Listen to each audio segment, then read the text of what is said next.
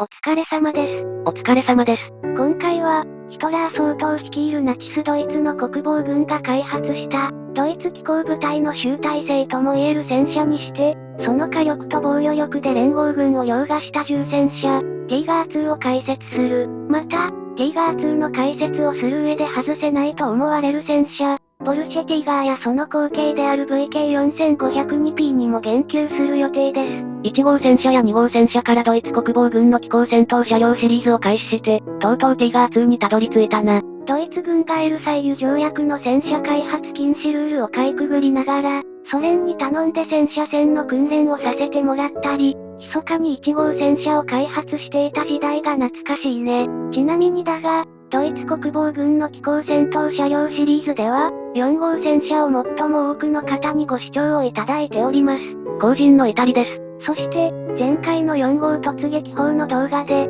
なんで4号戦車がこんなに視聴回数が伸びたのか理由がよくわからないという記載をしたところ、コメント欄で、おそらくそれが正しいと思われる内容の回答をいくつかいただきました。コメントいただきありがとうございました。毎回アップ後に、動画にいただいたコメントは楽しく拝見させていただいております。この動画において、4号戦車の動画が妙に伸びた理由の名称や画像を貼ると、著作権表示とか色々あるので、気になる方は前回の動画である4号突撃砲の URL を概要欄に貼っておきますので、当該動画のコメント欄をご覧ください。ドイツ国防軍の機甲戦闘車両シリーズの URL も概要欄に貼っておきますので、ご興味のある方はどうぞ。それでは、ティーガー2の解説を始めるよ。ティーガー2は、ヨーロッパでの第二次世界大戦も終盤であるノルマンディー作戦で初陣を飾った、堂々たるドイツ国防軍の重戦車だが、その開発は、ドイツ国防軍より、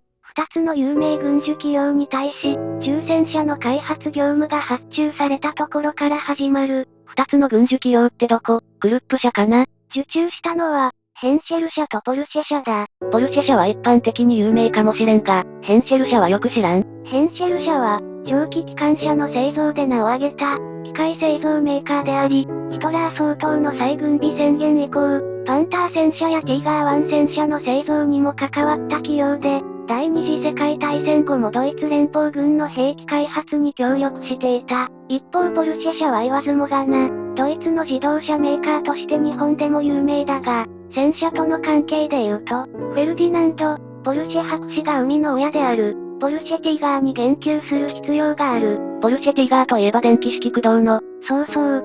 ポルシェティガーは結果的にヘンシェル社の試作戦車にコンペで負けて、ヘンシェル社の試作戦車がティーガー1になるんだけど、ポルシェ博士は独特とも言えるポルシェタイプの戦車を設計していたんだ。しかも、ポルシェ博士は、ヘンシェル社にはコンペで2回負けており、1回目にポルシェ博士に勝利した戦車は後年のティーガー1に、2回目にポルシェ博士に勝利した戦車は後年のティーガー2になるという、ポルシェ博士とティーガー戦車とは浅からぬ因縁がある。ポルシェ博士の執念たるや。しかし、ポルシェ博士お手製の戦車はなかなか興味深い。まず、ポルシェの試作戦車である VK4501P、通称ポルシェティガーだが、このポルシェティガーはヒトラー総統やゲーリングがその先進性から推していたものの、基本的な仕様に問題があって、ヘンシェル社の試作戦車に敗れたという経緯がある。ポルシェ博士は、ポルシェティガーの設計に際しては、当時としては時代を先取りしすぎたと言っても過言ではない電気モーターを搭載させていた。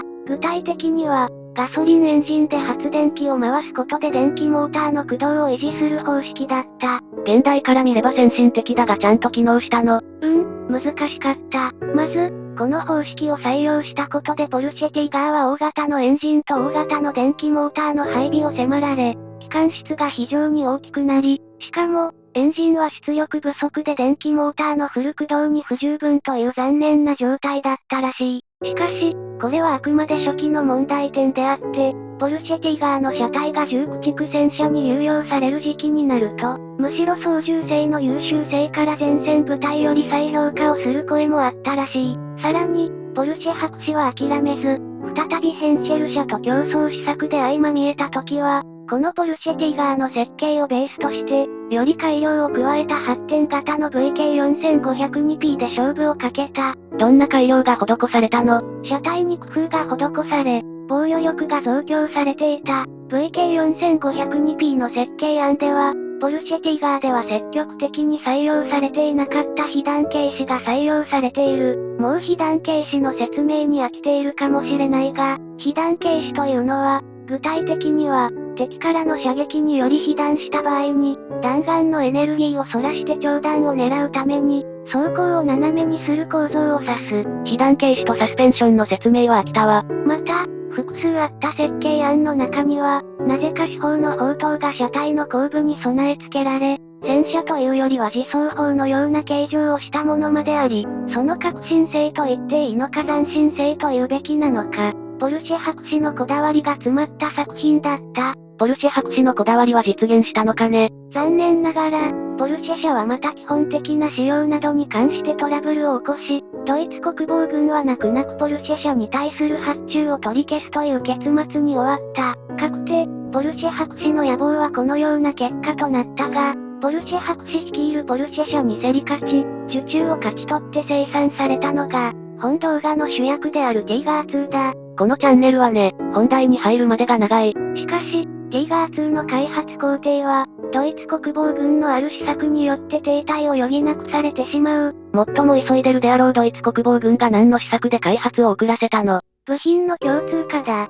ドイツ国防軍としては、当時計画中だったパンター戦車の発展型であるパンター2戦車の部品と、ティガー2戦車の部品とを共通化しようと試み、パンター2戦車の開発進度にティガー2の開発を揃えようとした結果、ティガー2の開発は一旦停滞するんだが、結局、パンター2戦車なるものは実現せず、何のために足止めを食ったのかわからないまま、ティガー2の開発が遅れてしまったという経緯だ。まあ部品の共通化という発想は合理的といえば合理的ではあるが、ティガー2は、前身であるティガー1の装甲を強化、特に前面装甲が増強されている。さらに被弾軽視を採用しているので、飛躍的に防御力を向上させた代物だった。この重装甲に対し、西部戦線では連合軍は対抗不能だったという指摘もある。さらに、四方は、長身砲の 8.8 センチ KWK43 であり、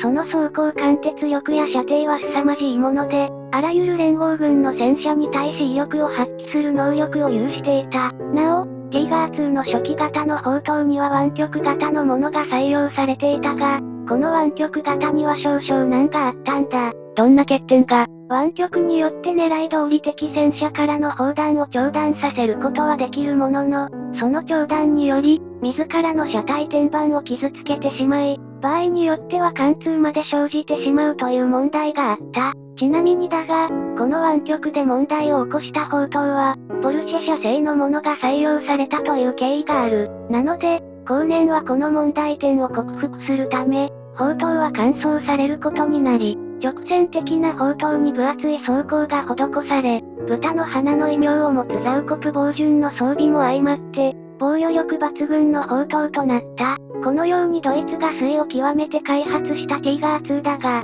連合軍の空爆による生産ラインの寸断もあり、最終的に生産された車両数は500両にも満たなかった。また、防御力と火力は凄まじいスペックだったが、いかんせん超重量ゆえに機動力には欠ける嫌いがあり、西部戦線での防戦時には活躍を見せる局面もあったものの、ドイツの敗勢を塗り替えるほどの活躍を見せることはできなかった。さて、以上の通り、ティガー2の解説をしてきたが、戦車や航空機を中心にした本チャンネルの機構情報5チャンネルだけでなく、大日本帝国陸軍や特別高等警察、ドイツ国防軍の軍人、作戦、教育などの解説チャンネルである、秋田号というチャンネルもやっているので、概要欄にリンクを貼っておくので興味のある方は機構情報号のチャンネル登録だけでなく、秋田号もご覧ください。画像の動画は、大日本帝国陸軍が訓練中の雪山で世界最大級の山岳遭難事故を起こした歴史的事件、